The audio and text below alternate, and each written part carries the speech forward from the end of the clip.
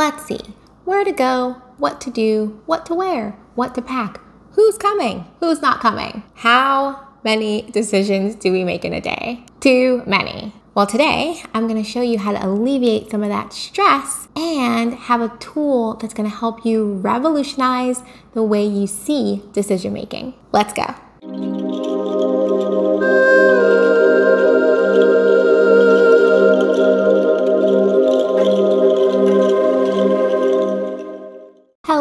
Hello there. My name is Melissa K.Lo and I'm the time management coach in the Wealthy Mama community. I'm so excited to bring this video to you about using the decide once principle from the Lazy Genius way and give you practical examples of how you can implement it in your life today that will change the way you see decision making. But before we dive into those examples, I wanted to talk to you quickly about decision fatigue. Now that's a concept where as the day goes on and you're making all of those continuous decisions, the quality of your decision making actually deteriorates.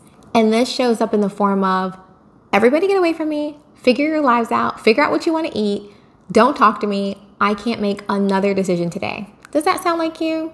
Then you are in the right place. How can we combat decision fatigue? Well, Kendra Adachi from the Lazy Genius Way has given us a really powerful tool all about opening up your mind and being creative with the tasks and activities that you do today. What is the decide once principle? It's exactly how it sounds. It's the idea that you make a decision one time, stick to it, and free up mental space and stress from your life for good. So let's dive into some examples of how I use the decide once principle in my own life. No TV on weekdays. Now, I know that this is a tough one and it was difficult to implement, but over time it has gotten so much easier and the kids don't even really ask for TV on the weekdays anymore. They just know it's the status quo. And to be honest, they've been nicer, they're more helpful, they're more creative. I did not see a downside and I have no regrets for putting this into place. We've also noticed that our kids can focus more on their work or a task that they're doing because of the reduced screen time. They're not as easily distracted. And bonus, it just creates a healthier routine for our family because we have to find other things to do rather than just watch TV at night. Number 2, gifts.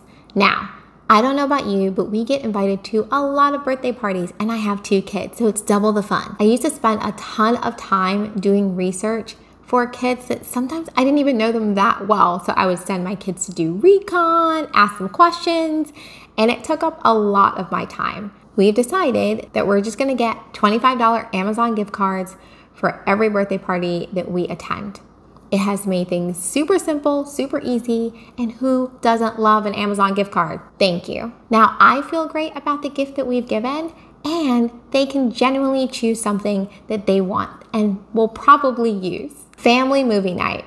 Now, we don't play about this. Every Friday night, we have movie night in our house, no matter what other people are doing, and we take it so seriously that my husband and I have turned down events because they happen on Friday night. The kids come to expect it. It's a ritual. It feels so good to know what we're doing on Friday nights, and they even have their own specific job about who gets the bowl and who pops the popcorn. It's super cute, and it just feels really good to not have to think about what are we doing. And we've created a tradition in our family that maybe the kids will pass down to their own. After school activities. We love extracurricular activities. Both me and my husband played volleyball in high school. So it's important to us that our kids actually participate in sports and aren't just focused on academics. To create a healthy balance though, we had to put a limit on how many after school activities they could do. After a while, and they start to get a little bit serious, you realize that they don't just go once a week. They're talking 3, 4, sometimes 5 times a week for one activity. So we put a limit of 2 after-school activities max per child. This decision actually helps them explore things that they're really interested in, but still have time to rest and recharge. We're not packing our calendar with 4, 5, and 6 activities. No, 2 and done. Number 5, laundry. Now in our house, laundry is a lifestyle. We have 2 kids on the swim team, so we get a lot of laundry in here. So we know it's never going to be done. So to alleviate some stress on all of us and to build responsibility and independence in our children. They are responsible for folding and putting away the laundry. We will wash it, we will dry it, and we will even help you separate it. But you got to take your little basket to your room, fold it, and put it away yourself. This not only saves the adults time, but it's teaching our kids a valuable life skill. If you're loving the content so far, don't forget to like this video, subscribe to the channel, and hit the notification bell so you don't miss any videos moving forward. Meal planning. Everyone's favorite topic, right? Now, I used to beat myself up over not cooking every single day. We still have to figure out what our family's gonna eat even if we don't cook, but I wanted to give my family the life that I grew up with. My mom cooked, I feel like it was every single day. But I realized that I just did not have the energy or desire to cook that often. While I love cooking, I needed to simplify cooking for myself and my family. So I decided once that I was gonna cook twice a week. It took so much pressure off of me, and it's a great way to balance home-cooked food with convenience.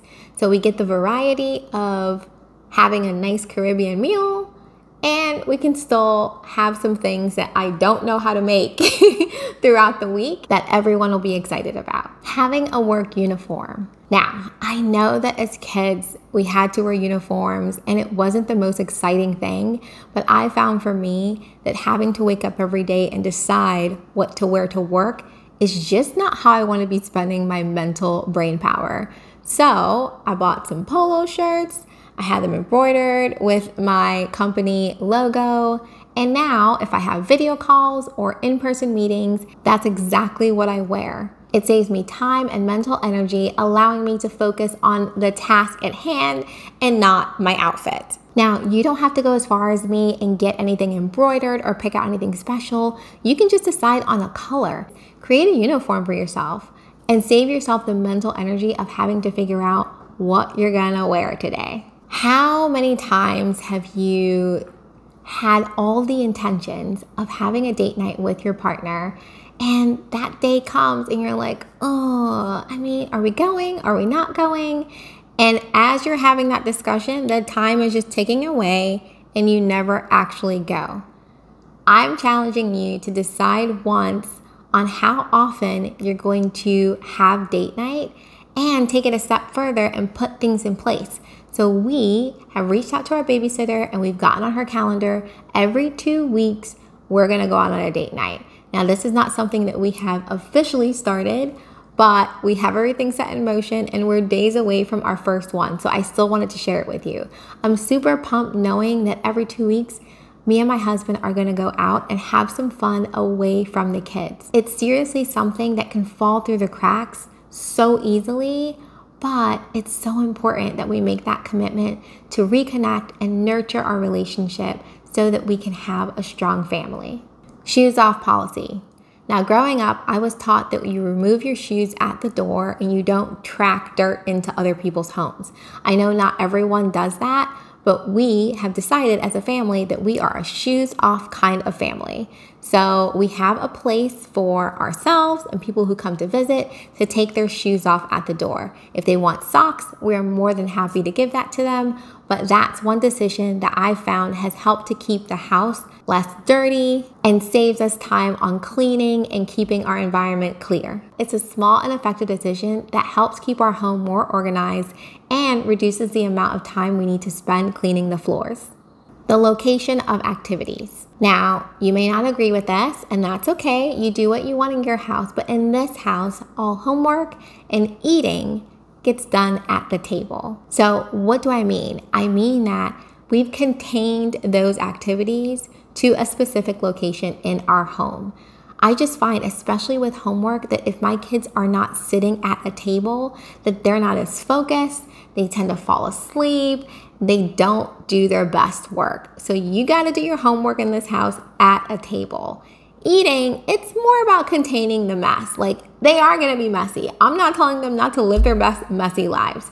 What I am saying is to do it at the table, which we can easily clean up, as opposed to the carpet in the living room. That's something that we've decided on once, and we don't have to talk about it again. By embracing the power of the decide once principle, you'll be amazed at how much time and energy you can save. Do not let decision fatigue hold you back from the things that really matter. If you want to learn more about the decide once principle and other principles in the Lazy Genius way, then watch the next video. If you found this video helpful, don't forget to subscribe to the channel, hit the notification bell, and give us a like. That's how YouTube knows that you found this video valuable, and it helps us provide more helpful tips to busy moms just like you. Until next time, live and be well.